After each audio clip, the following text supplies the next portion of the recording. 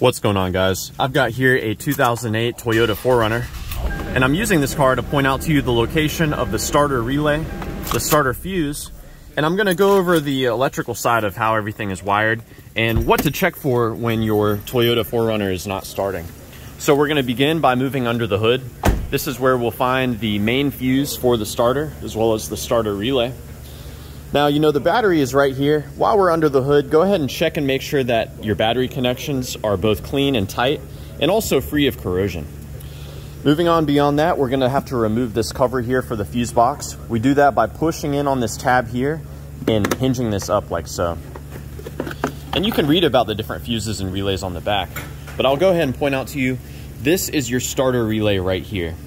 And my absolute favorite way to test these starter relays out is I'll have an assistant inside the car trying to start it, and while they're doing that, I'll come under the hood and I'll actually tap on this relay or even wiggle it around. Sometimes relays can get stuck, and by tapping or wiggling the relays around, you can sometimes get them to start working again.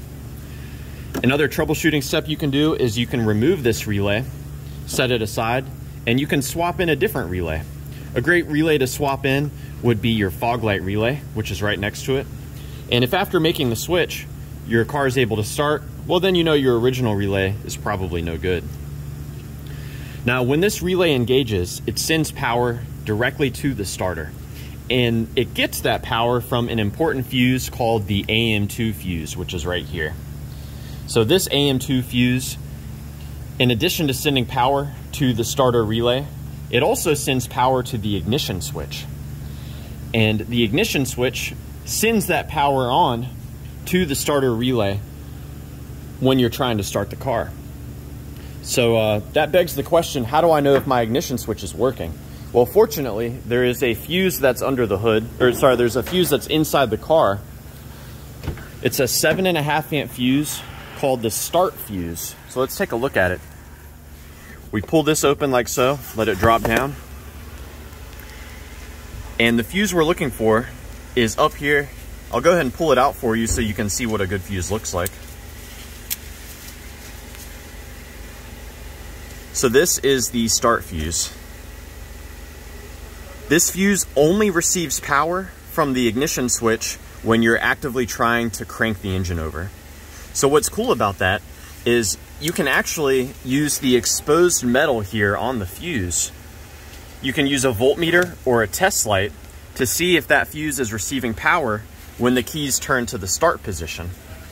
If you never see power here when you're cranking the engine or when you're trying to crank the engine, and your AM2 fuse under the hood is good, then it's very likely that your ignition switch is failing. So that's a good thing to check out.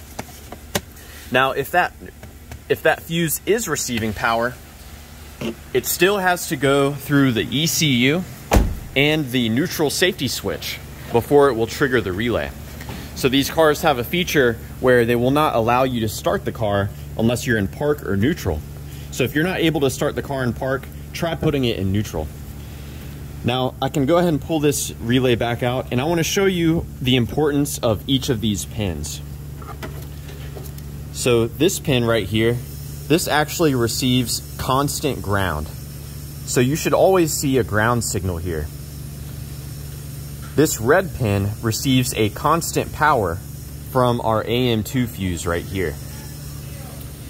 This pin receives a power from the neutral safety switch via and also through the ignition switch. So just to re-summarize, power comes from the AM2 fuse, goes to the ignition switch. When you turn the ignition switch to the start position, the ignition switch sends power to the 7.5 amp start fuse. That power then goes from the start fuse to the ECM as well as the neutral safety switch. And if everything checks out right, then it comes out through here. And finally, we've got this pin right here that I've painted white. This pin actually goes directly to the starter. And what's really cool about this is we can actually send power to the starter ourselves if we connect these two pins together. So doing this will bypass the relay, the ignition switch, and it will directly send power to that starter. You can also provide your own power. I've got a wire here hooked up to the positive terminal, and I can put it on this pin right here, and it will do the same thing. So that's a great way to test the starter itself. If you provide power here and the engine does not turn over, then it could mean that your starter is failing, that there's a bad connection, that your battery is weak, or maybe even possibly your engine could be seized. So yeah, that's just a good troubleshooting step for you to check out. Now I hope this information was helpful for you and a good starting point in troubleshooting your Toyota 4Runner.